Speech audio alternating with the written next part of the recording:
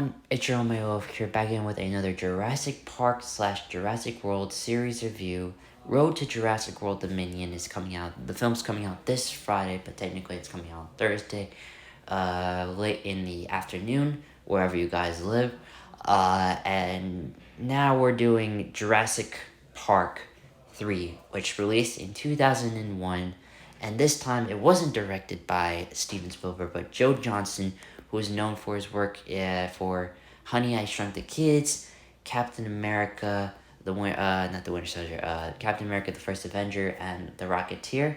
And he did this film, he directed this film, and this one finally brings back Sam Neill back as Alan Grant with new actors in it, such as T. Leone as Amanda Kirby, William H. Macy as Paul Kirby, Alessandra Nivola as Billy Burnham, Michael Jeter as Mr. Udesky, and many, many more. And also Laura Dern as Ellie Sattler, but she's not in the movie the whole time.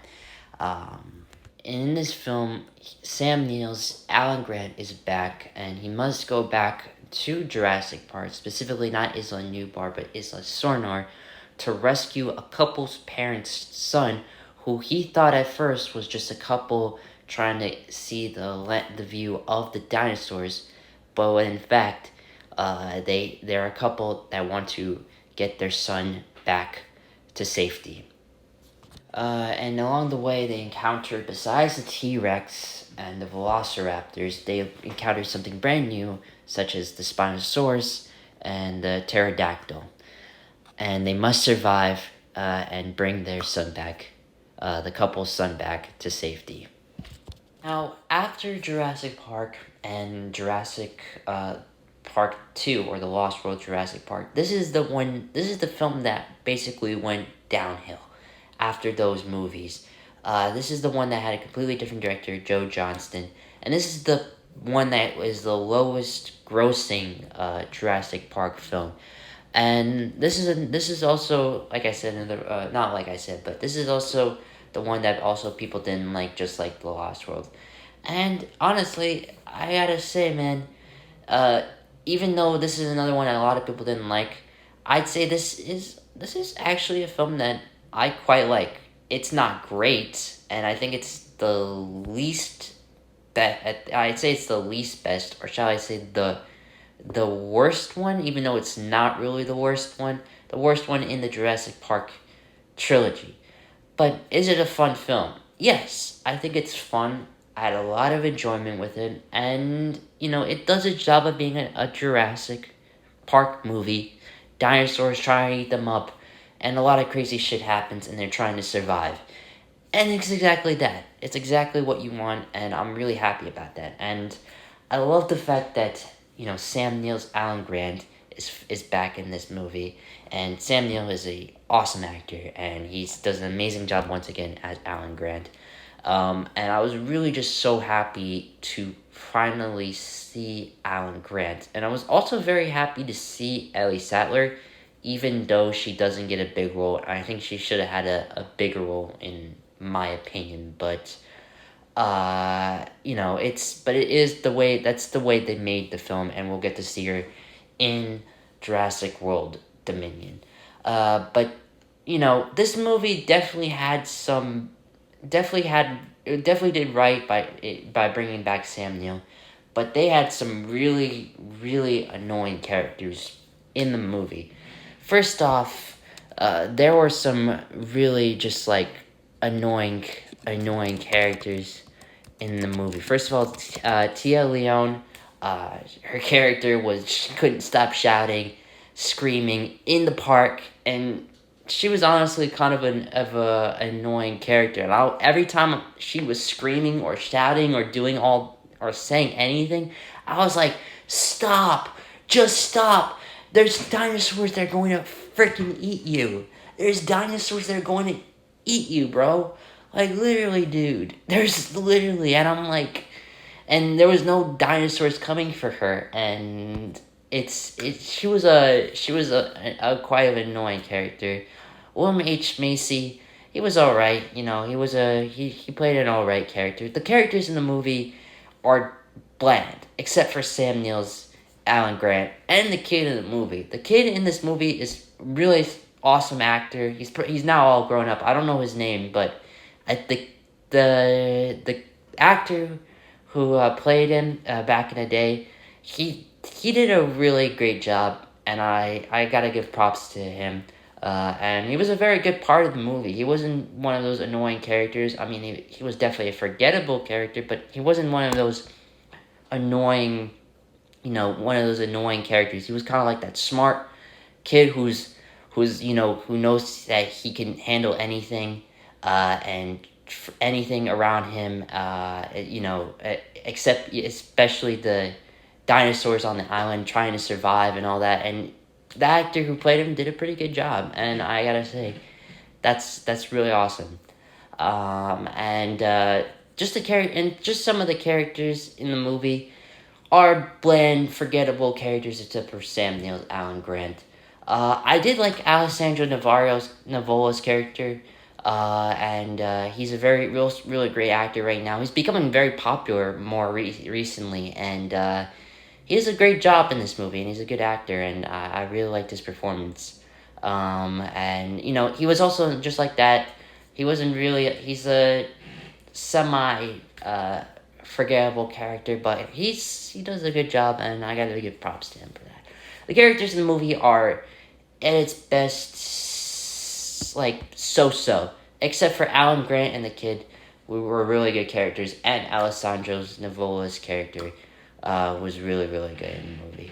And yeah, I mean, I loved just the things that I really loved about the movie is the intensity and just the feeling of this movie. It definitely brings back that intensity that you loved about the first and second movie. I personally feel, actually, no, I really like the intensity, but personally, in my opinion, it's definitely, I'd say it doesn't, it's not really, like, as good as, the first two, but it's still good. Like, this movie was, short, but it definitely did bring in that intensity, in a way, but I just wouldn't think it was as good as the first two, even though I did like it, and I did feel like this movie could have had a little bit more intensity. I think this movie would have been really amazing. But yeah, I like the intensity and the tension to this movie, and I think and it's done once again really well, and I was really happy about that. Now, there was things I also didn't like about the movie. First of all, all the dinosaurs are all CGI, and the thing is,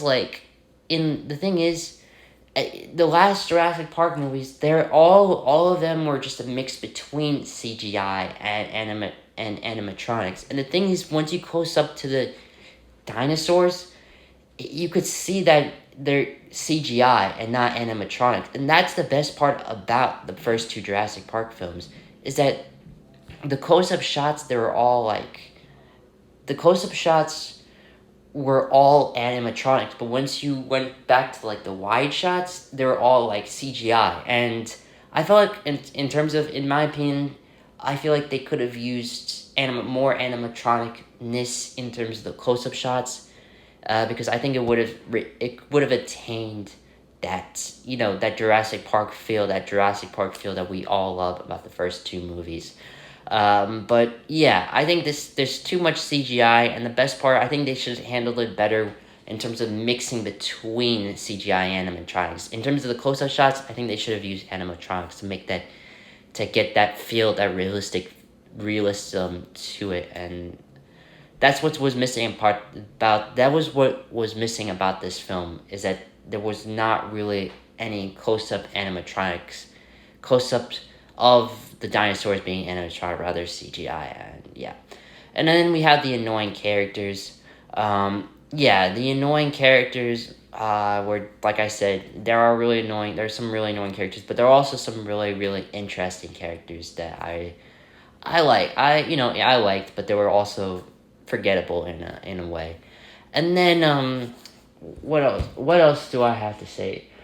There was also some things that there was also the dinosaur fight, but that kind of, the thing is, that only lasted like 20 seconds. And I think it would have lasted a little bit longer, and it would have been way cooler to really see more of that dinosaur fight happen. I mean, those are really the only complaints I really have about this movie. I think this movie handled too much on the CGI, and the characters were quite annoying. I think the first two movies, they had better use of the characters and better use of everything. I did like the fact that there was not too many characters, like the sequel. I think they did a great job of lessening the characters and focusing primarily on those characters. But in the end, I feel like those characters were quite annoying, and there were nothing. Some of the characters were quite annoying and not really that great. Uh, but what else? But I did like the fact that we did get Sam Neill back, and I did like just the vibe and the intensity of this movie. I feel like the movie could have had, like I said before, could have had more intensity. Just because the first two really did a great job of bringing that intense factor. I just feel like this third one didn't bring in that intense factor that we loved about, you know, the first two films. And even though it's still good, I just feel like they could have had more to it. Even though the runtime is not that bad. I like the runtime. In 1 hour and 32 minutes, it didn't feel short, but it also didn't feel too long. It felt perfectly balanced, and I was really happy about that. Jurassic Park 3 it's a fun film. It's not great. And overall, I just think, I just think this is a film that you're gonna either like, you're probably not gonna like. But personally, I like this film. I think it's fun. I think it's enjoyable, but it's definitely the weakest. I'm gonna say the weakest. I'm not gonna say the worst. I'm gonna say it's definitely the weakest in the Jurassic Park trilogy, and there's a lot of things that I think if they would have changed it around, this film would have been a little bit better. But I enjoyed it, and I'm gonna give this film a 7.5 out of 10. So hopefully you guys enjoyed the video, and I'll see you for the Jurassic World, and then Jurassic World Fallen Kingdom, and then Jurassic World Dominion. So I hope you guys enjoyed the video, and peace.